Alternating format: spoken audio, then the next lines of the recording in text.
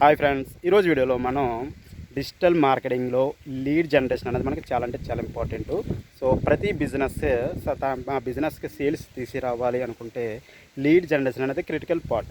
అది మీరు ఆర్గానిక్ వేలో తెస్తారా, ఇన్ఆర్గానిక్ వేలో తెస్తారా అన్నది ఇది అప్ టు యూ. బట్ ఏంటంటే మనకి లీడ్స్ రెగ్యులర్గా మన యొక్క సిస్టంలోకి లీడ్స్ వచ్చినప్పుడు మాత్రమే మనకి రెగ్యులర్గా సేల్స్ అనేది జనరేట్ అవుతాయి.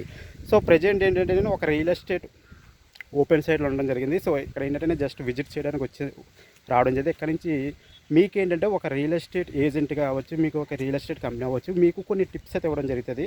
సో అవేంటంటే ఫ్రెండ్స్, మీరు రియల్ ఎస్టేట్ ఏజెంట్గా లేదా రియల్ ఎస్టేట్ కన్సల్టెంట్గా ఫస్ట్ ఏంటంటే కస్టమర్ని సైట్ విజిట్ చేయించండి. చాలామంది ఏంటంటే సైట్ విజిట్ చేయించకుండా సో కమర్షియల్స్ కూడా మాట్లాడతారు. బట్ ఏంటంటే అతను మీరు సైట్ విజిట్ చేయించి ఆ చుట్టుపక్కల ప్రాంతాలు ఏ విధంగా ఉన్నాయి, సో ఏమేమి ఆ యొక్క సైట్కి దగ్గరలో ఉన్నాయన్నది మీకు వాళ్ళు క్లియర్గా ఎక్స్ప్లెయిన్ చేస్తే వాళ్ళు మీరు ఒక ట్రస్ట్ అనేది పెరుగుతుంది. సో ఏంటంటే మీరు ఆన్ కన్వర్సేషన్స్ లైక్ వాళ్ళ యొక్క బర్త్డే ఎప్పుడు, వాళ్ళ మ్యారేజ్ యానివర్సరీ ఎప్పుడు, ఇటువంటి థింగ్స్ అనేది తెలుసుకుంటూ అటువంటి థింగ్స్ వాళ్ళకి మీరు స్పెషల్గా విష్ చేశారనుకోండి, సో వాళ్ళు ఏంటంటే మీ యొక్క దృష్టి ఖచ్చితంగా మీ మీద అయితే ఉంటుంది.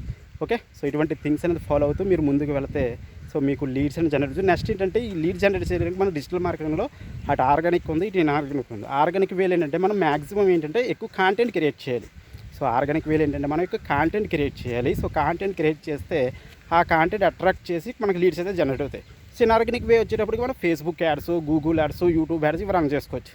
ఓకే, సో మీకు మీ యొక్క ప్రొడక్ట్స్ సర్వీసెస్కి లీడ్స్ జనరేట్ చేయాలి అనుకుంటే అందులో మీరు ఏమైనా డిఫికల్టీస్ ఫేస్ చేస్తే మీరు నన్ను కాంటాక్ట్ చేయొచ్చు. Okay, thank you.